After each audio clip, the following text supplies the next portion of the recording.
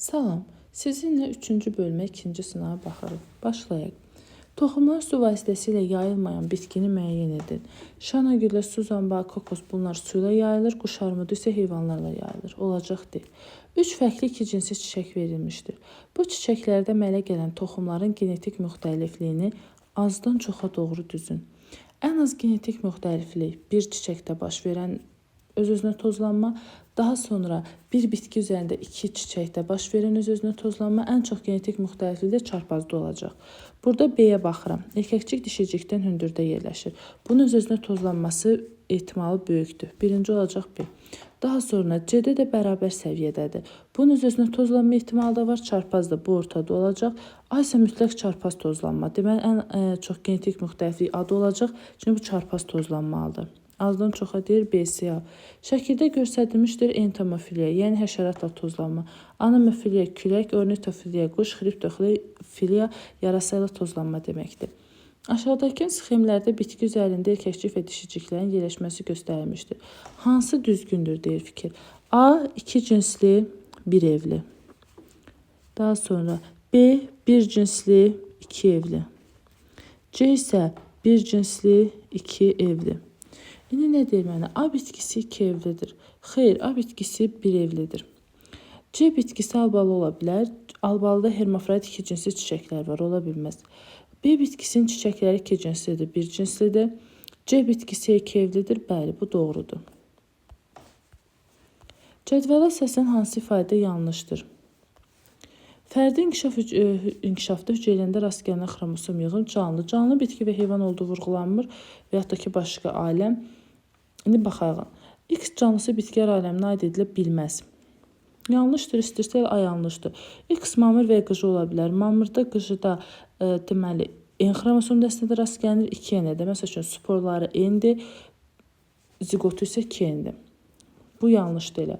Y canlısı mayalama zamanı 3 gamet iştirak edir. Baxın, 3N rast gəlin yadınızda saxlayın. Örtülü toxumlu, yəni çiçəkli bitkilərdir. Çiçəkli bitkilərdə də 3 gamet 4 hüceyrə iştirak edir mayalanmada. 3N-də endospermid ondan. X canlısı sporla çoxala bilər. Bəli, mamır qıcı çoxala bilər. Z canlısının hüceyrəsində formalaşmış nüvəyə təsadüf olmaya bilər. Bəli. Z yalnız N xromosom yığımına malik olur. Həyatı boyunca başqa xromosom yığımı olmur. Bu da bakteriyaya uyğun gəlir. Bakteriyanın bir xromosomu var. Sərbəst halda sitoplazmada yerləşən. Verilən bitkilərin neçəsinin yumurta hüceyrə mayalaması üçün su mühiti vacibdir. Su mühiti vacibdir mamır və qıcı üçün. Elə mamır, qıcı 2. Adi şam, buğdala ilə bunlara su lazım deyil. Ümumiyyətlə, çılpaq toxumlarda artıq sudan asılı qaradan qalxdı. Küləklə tozlanması baş verən bitkilər palıd və fındıq olacaq. Küləklə tozlanma üçün nə lazım idi? Sirkələnən çiçək qrupunda olsun. Çoxlu tozcuq olsun, xırda tozcuq olsun, quru tozcuq olsun ki, küləklə tozlanan zaman tozlana bilsin. Verilmiş sxemə əsasən X ifadəsinin qiymətini tapın. Endosperm hüceyrəsi 48, mərkəzi hüceyrənin xromosom dəsti 34, rüşeym hüceyrəsinin xromosom dəsti. Ümumiyyətlə, bilik, mərkəzi hüceyrə yumurta hüceyrə vurulsun 2 deməkdir. Bunun mərkəzi hüceyrə 34-dürsə, deməli bunun yumurta hüceyrəsi 17-dir. Endosperm hüceyrəsi. Endosperm nədir? Mərkəzi hüceyrə üstə gəlsin spermi. İndi bunun mərkəzi hüceyrəsi 34-dürsə, endospermindən, yəni mərkəzi hüceyrəni çıxaram, spermi taparam. 48-dən də 34 çıxanda eləyir 14. Deməli, bunun spermi də 14 imiş. İndi bu da mənə rüşeym hüceyrəsinin xromosom dəstini soruşur. Rüşeym hüceyrəsi nədir? Sperm üstəgəl yumurta hüceyrə. 14 üstəgəl 17, 31 A variantı. Cədvələ səsin səhv mülahizəni müəyyən edin. Çiçəklər. Birinci çiçəyin həm dişicik, həm də erkəkciyə malikdir. Deməli, bu 2 cinsli, 1 evlidir. İkinci çiçək yalnız dişiciyə malikdir. Yalnız dişiciyə malikdirsə bu, deməli bu 1 cinsli, 2 evli. Üçüncü çiçək yalnız erkəkciklərə malikdir. Bu zaman bu isə 1 cinsli, yenə 2 evli. İndi deyir, ikinci çiçək 1 evli bitkilərdə ola bilər. 1 evli bitkilərdə yalnız olmur. Onun içərisində dişi çiçəklər də olmalıdır, erkək çiçəklər də. Elə bu mülahizə yanlışdır. Səhv mülahizəni. Daha sonra bir çiçək 2 cinslidir. Birinci çiçək, ikincisi dayan. Bu bir bitkinin üzərində söhbət gelmir. Çiçəyindən söhbət gedir. Aha. Bir bitkinin üzərində söhbət getmirsə, onda evindən danışa bilmərik. Həm dişici, həm də erkəkçi mavi çiçəkdirsə bu sözsüz bir ev olacaq. Bunu aydın bilirik. İkinci çiçək bir evli bitkidə ola bilər. Bəli, bir evli bitkidə bir bitkinin üzərində dişi bir cinsi çiçək, erkək bir cinsi çiçək ola bilər. Bu ola bilər. Deyir, bir çiçək iki cinsidir. Birinci çiçək bəli iki cinsidir. Üçüncü çiçək bir cinsidir. Bəli, bu da doğrudur. Birinci çiçək iki evli bitkilərdə o xeyr. İki evli bitkilərdə yalnız bir cinsi çiçək ola bilər. Baxın, bu tamamilə yanlışdır. 5 toxumlu bir üzüm meyvəsinin əmələ gəlməsində neçə yumurtalıq iştirak etmişdir? Baxın, bir üzüm meyvəsi deyirsə, demək bircə yumurtalıq iştirak etmişdir. Ümumiyyətlə, meyvə sayı bərabərdir yumurtalıq sayı. Toxum sayı isə bərabərdir yumurtacıq. Bir üzüm meyvəsi istəyir, bu 10 toxumlu, 20 toxumlu olsun, bir meyvə deyə bir yumurtalıq iştirak edir. Hansı rəqəmli verilmiş hissədən gələcək bitkinin əsas gövdəsi inkişaf edir? Gövdə inkişaf edirdi rüşem tomurcuğundan, zoğ və yarpaqlar. Nədə rüşem tomurcuğu 1 ilə göstərilib? A. Mayalanmış mərkəzi hüceyrə endosperm adlanır. D. Boşluqlara uyğun gələn ifadələr düzün. Çiyələkdə hər dişicikdən bir ədəd fındıqca meyvə. Daha sonra isə bu isə mürəkkəb yığın meyvə adlanır. C variantı. Yanlış cavabı seçin. Yaşıl quşmalının ilkin cücəsi söhbət proteinemadan gedir. Haploiddir, doğrudur. Xloroplastı var, bəli, fotosintez edir. Avtotrof da elə xloroplastı olduğu üçün fotosintez edir. Antredi və arxegoniya malikdir, xeyr. Antredi və arxegoniya yetkin bitki malikdir mamırda. Arxegoniya və antrediya protal qıcın ilkin cücərçisi maliki olur. Proteinema yox, elə də yanlışdır. Soğanaq və bığcıq üçün eyni olan aşağıdakı variantlardan hansı düzgün verilib? Yeraltı şəkil dəyişmə soğanaq yeraltıdır, bığcıq yerüstüdür. B-də yerüstüdür. Yenə bığcıq yerüstü, soğanaq yeraltı. Gövdə, bəli, hər ikisi gövdənin şəkil dəyişməsidir. Ehtiyat qida toplayan soğanaqdır. 16. Qrafikə əsasən səhv fikri müəyyən edin.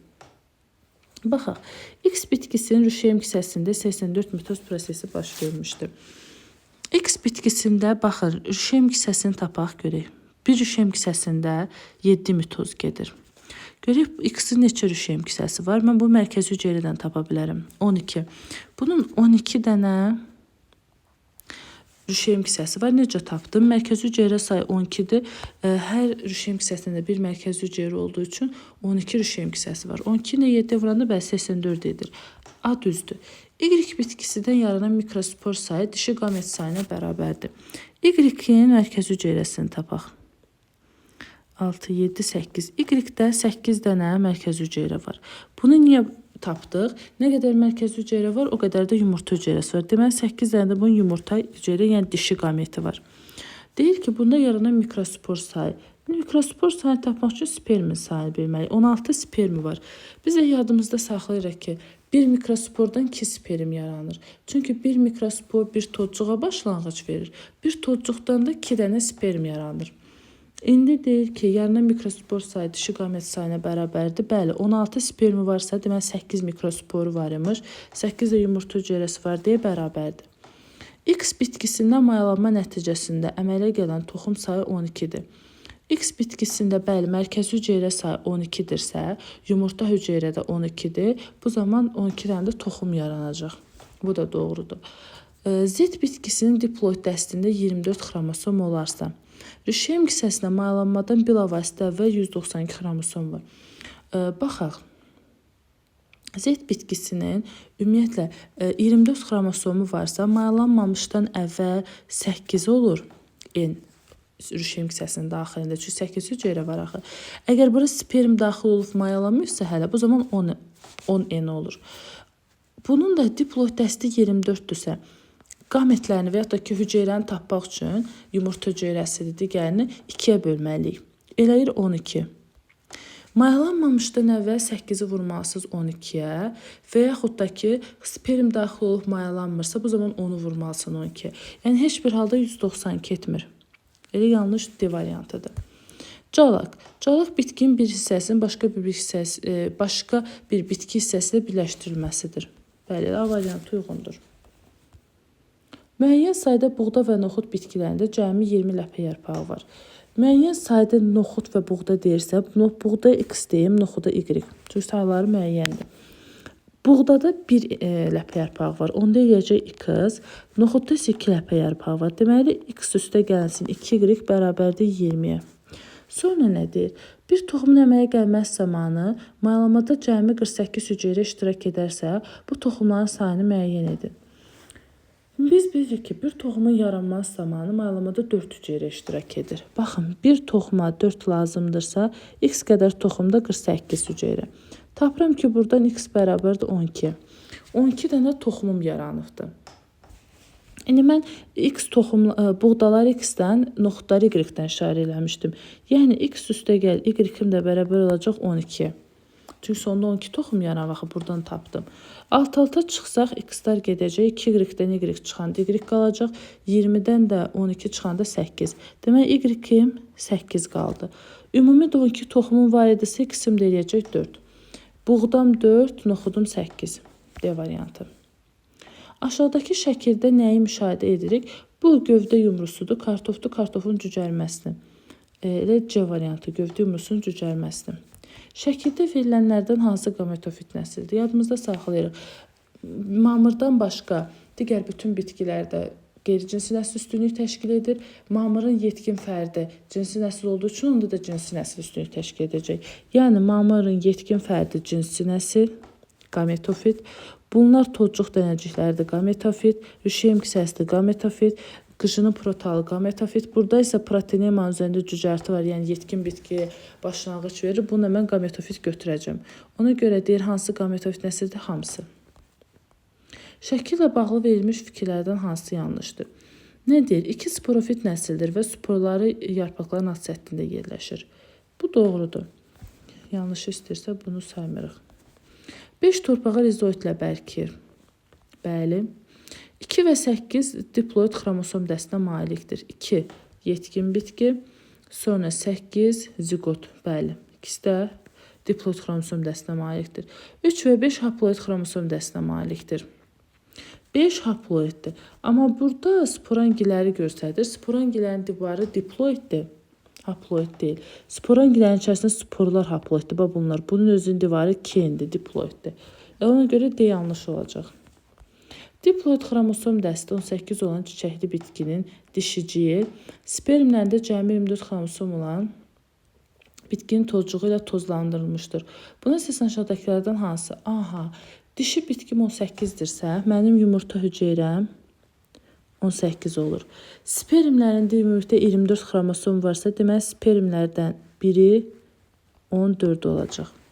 24-dürsə 12 olur. 12 olacaq, yarıya bölürük. Buna əsasən aşağıdakı faydalardan hansı doğru ola bilər?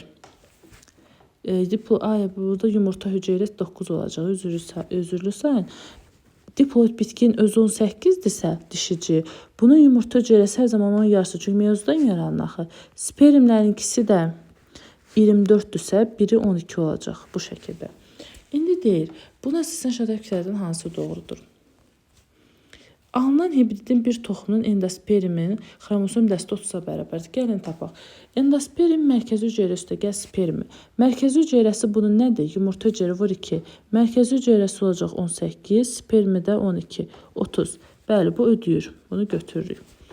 Bir rüşeym kisəsində mayalamada iştirak etməyən hüceyrənin xromosom dəsti 60 olur. Mayalamada 5 hüceyrə iştirak etmirdi. 3 yuxarıdakı, 2 aşağıdakı. Mən də bilirəm, rüşeym kisəsində hüceyrənin xromosom dəsti neçədir? 9. Bax, buradan bilirəm. 5 dəfə 9-da 45 eləyəcək. Bu isə mənə 60 deyir. Bu səhvdir. Mayalanmada iştirak edən qametlərin xromosom dəsti 51-dir. Mayalanmada bir yumurta hüceyrə, 2 dənə də sperm iştirak edəcək. 2 sperm edir 24, bir yumurta hüceyrə də 9. Ümumilikdə bu mənə 51 yox, 33 verir. Bu da yanlışdır. Bir rüşeym kisəsində 2 qat mayalanmada iştirak edən hüceyrələrin xromosom dəsti 33 edər. Hüceyrələr 4 dənədir. Bir də üstə gəl mərkəzi hüceyrə. Bax, qameti 33 tapdıq. Üstə də bir dənə. Deməli, mərkəzi hüceyrəni gəlirik. Mərkəzi hüceyrənin xromosom dəsti isə 24-dür. Bir rüşeym kisəsində 2 dənə hüceyrələrin sayı. Bax, qametlər 33 tapdıqmı? Üstə də bir mərkəzi hüceyrəni gəlirik. Mərkəzi hüceyrə, yəni yumurta hüceyrə vurulsun 2. O da 9 vur 2, 18. 51. Bu da yanlışdır. Yalnız bir doğru olacaq. Hansı bitkinin meyvəsinin əmələ gəlməsində bilavasitə çiçəyin gövdə mənşəli üzvü iştirak edir? Söhbət çiçək yatağından gedir. Çiçək yatağı yalançı meyvələr idi. Məsəl üçün alma idi, əzgil idi, heyva idi, armud idi. Bunları götürə bilərik. Burada da armud var elə. Götürə bilərəm A variantı. Bir çiçəyin mayalanmasında 2 sperm iştirak edir. Bir çiçəyin mayalanmasında 2 sperm iştirak edirsə, demək bu bir toxum yaradacaq. Çünki bir toxum üçün 2 sperm lazımdır. Kələm buynuz meyvədir, çox toxumludur. Üzüm gilə meyvədir, çox toxumludur. Gavalı çərdəkdir, albalı çərdəkdir, bir toxumlu. 2 və 3. Şəkildə təsvir olunan çiçəyin hansı hissəsi olmazsa mikrosporlar inkişaf edə bilməz. Mikrosporlar erkəkcikdə tozluqda yaranır. Deməli, bir olmasa mikrosporlar olmayacaq. A. Bu qədər. Sağ